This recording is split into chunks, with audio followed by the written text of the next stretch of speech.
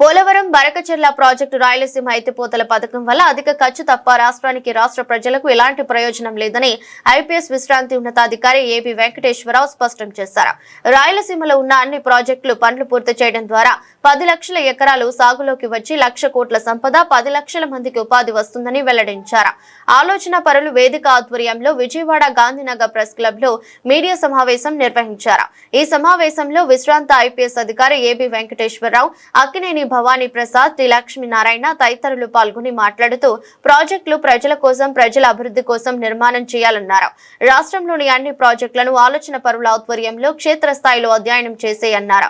రాష్ట్రంలో ప్రస్తుతం ఉన్న అన్ని ప్రాజెక్టులను పూర్తి చేయడం ద్వారా తక్కువ ఖర్చుతో ఎక్కువ లబ్ధిని పొందవచ్చని, గత ప్రభుత్వంలో నీటి ప్రాజెక్టులకు, కాలువలకు 1 పైసా కూడా ఖర్చు పెట్టలేదని, ప్రస్తుత ప్రభుత్వం బనకచెర్ల ప్రాజెక్టు పేరుతో 80,000 కోట్లను వృధా చేస్తుందన్నారు. 3,000 కోట్లు వృధా అయ్యే రాయలసీమ ఎత్తిపోతల పథకాన్ని ఆపాలన్నారు. ఉపాధి కలగాలంటే మొట్టమొదట ఖర్చు పెట్టాల్సింది ఇరిగేషన్ రంగంలో అని చెప్పి మేము చాలా బాధ్యతగా ప్రభుత్వానికి సూచిస్తున్నాం. దీనికి కావలసినటువంటి ఖర్చు కూడా పెద్ద మొత్తంలో ఏమీ లేదు. మా ప్రాథమిక అంచనాల ప్రకారం 15 నుంచి 20,000 కోట్ల రూపాయలు నిధులు సమీకరించి పనులన్నిటినీ సైమల్టేనియస్గా సమాంతరంగా పరుగులెత్తిస్తే 3-4 సంవత్సరాల్లోనే ఈ ప్రాజెక్టులు అన్నీ పూర్తయి ప్రతి ఎకరానికి నీరు వెళ్ళేటటువంటి అవకాశం ఉంది.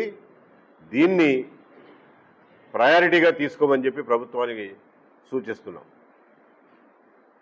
అలాగే ప్రాజెక్టు పనులు, ఇరిగేషన్ పనులు, పంట కాలువల పనులు సమాంతరంగా జరగడంతో పాటు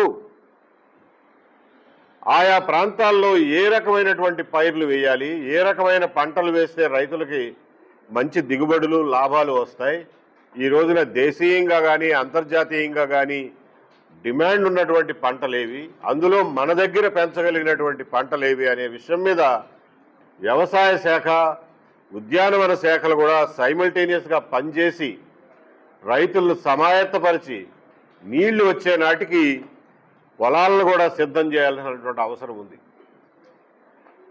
ఈ రోజున డిపార్ట్మెంట్లన్నీ ఎవరికి వారే యమునా తీరే అని పనిచేయడం వల్ల ఇరిగేషన్ డిపార్ట్మెంట్ ఏం చేస్తుందో అగ్రికల్చర్ డిపార్ట్మెంట్కి తెలియదు, నీళ్లు ఎప్పుడు వస్తాయో రైతులకు తెలియదు, పొలం ఎప్పుడు సిద్ధం చేసుకోవాలో ప్రజలకు తెలియదు, ఏం పంటలు పండించాలో అనే అవగాహన లేదు.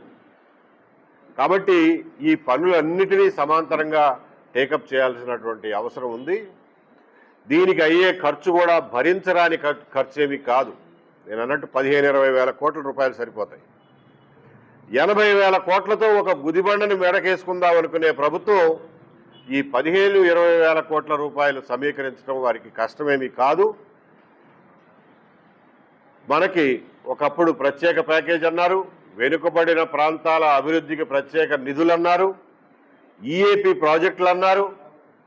కాబట్టి ఎక్స్టర్నల్లీ దాన్ని కూడా చింతలపూడి ఎత్తిపోతల పథకంతోనూ ఉత్తరాంధ్ర సృజల సమంతితోనూ అనుసంధానం భాగస్వామ్యం చేసి చేపట్టమని ఆంధ్రప్రదేశ్ ప్రభుత్వం చెప్పినట్టుగా వార్త చూశాం.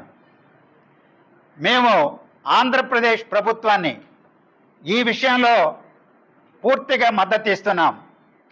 పోలవరం నుంచి చింతలపూడి ఆయకట్టు, ప్రతిపాదిత ఆయకట్టు హైయర్ కాంటూర్లో తీసుకొచ్చి సాగర్ ఎడమ కాలువ ఆయకట్టు స్థిరీకరణ చేసుకుంటూ కుడి కాలువకు కూడా నీళ్ళిచ్చి వెలుగొండ ప్రాజెక్టు ఆయకట్టుకు నీళ్ళిచ్చుకుంటూ సోమశిలకి నల్లమల అడవులకు యువతలే తీసుకెళ్ళి చిత్తూరు వరకు నీళ్లు తీసుకెళ్లొచ్చు, కావేరి వరకు కూడా నీళ్లు తీసుకెళ్లొచ్చు.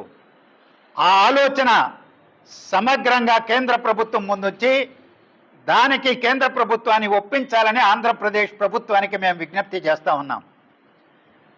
దీనికి సంబంధించే ఛత్తీస్గఢ్ వాళ్ళు వ్యతిరేకించారు. మా నీళ్లు మేము వాడుకుంటాం, మేము నీళ్ళు ఇవ్వము అని. మీరు ప్రాజెక్టు కట్టుకోవడానికి 15 సంవత్సరాలు పడుతుంది, అందువల్ల ఈలోపు ఆ నీళ్లు వాడుకుంటామన్నారు. కేంద్ర ప్రభుత్వం ఏమన్నా రేపే ఈ ఇచ్చంపల్లి కావేరీ ప్రాజెక్టు నిర్మిస్తుందా? వాళ్ళు నిర్మించాలన్నా 10-15 సంవత్సరాలు పడుతుంది. మరి నీళ్ళు ఎక్కడి నుంచి వస్తాయి? ఇచ్చంపల్లి నుంచి టేకప్ చేస్తే, నికర జలాలను వాడేస్తే, తరలిస్తే పోలవరం ప్రాజెక్టు బహుళార్థ సాధక ప్రాజెక్టు 322 టీఎంసీల వినియోగ సామర్థ్యంతో నిర్మిస్తున్న ప్రాజెక్టు భవిష్యత్ ఏంటి అనేటువంటి ప్రశ్న ఉద్భవిస్తుంది.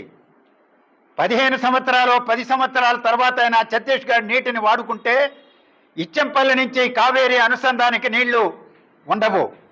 అందువల్ల హిమాలయ పర్వతాల నుంచి తీసుకొచ్చే నీటిని మహానది మీద తీసుకొస్తాం ఈ లోపు అంటున్నారు. ఇవన్నీ కూడా కాకమ్మ